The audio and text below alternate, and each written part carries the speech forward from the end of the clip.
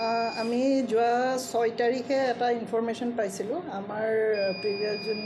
SP sir আছিল মৃণাল ডেকা sir তেখেতে এটা কমপ্লেইন দিছিলে যে এজন আমাৰ হোমগাৰ্ড চন্দ্ৰ বৰগোহাঁই বুলি তেওঁ আমাৰ ৰাইডাৰ পাৰ্টিত কৰি আছে তেওঁ এটা ফৰ্জ কৰি পেলাই এখন আই কাৰ্ড বনাইছে আৰু আই কাৰ্ডখন মানে তেওঁ হোমগাৰ্ড হয় কিন্তু কনষ্টেবলৰ নামত এখন আই কাৰ্ড বনাই লৈ পেলাই তেওঁ SBI ডিগবৈ যোনটো শাখা আছে ব্ৰাঞ্চ আছে তাৰ পৰা তেওঁ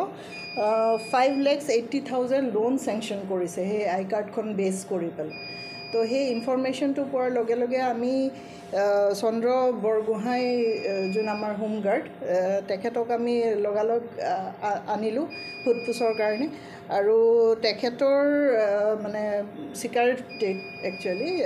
তেওঁ ক'লে যে এজন অজিত দলৈ বুলি আমাৰ PSI কোৰ্টৰ আৰু এজন হোমগাৰ্ড আছে তেওঁক মানে কথাটো কৈছিলে যে তেওঁক লোনৰ প্ৰয়োজন আৰু অজিত দলৈয়ে ক'লে যে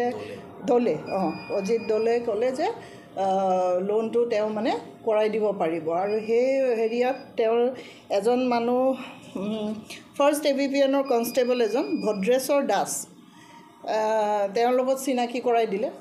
চিনাকি কৰাই দি গোটেইখিনি এটা মানে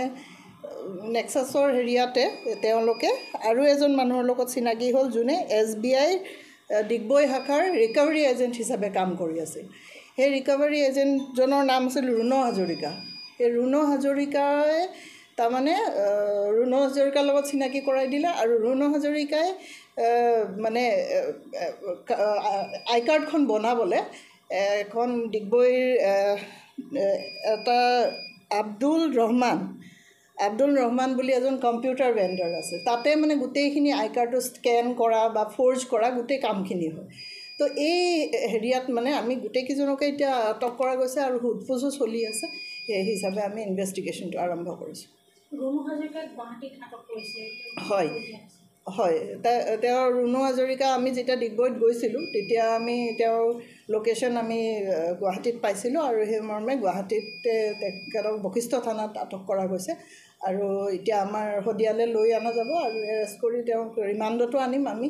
আৰু ইয়াৰ লগত এই চক্ৰটোৰ লগত আৰু কোনোবা জড়িত হৈ আছে নেকি বা এনেকুৱা হৈছে নেকি এইখিনি আমি তদন্ত কৰিম গোচৰ নম্বৰটো আপোনাৰ 1824 আৰু ছেকশ্যন আমাৰ লাগিছে 465, 468, 471 IPC শদিয়া থানাৰ গোচৰ হয়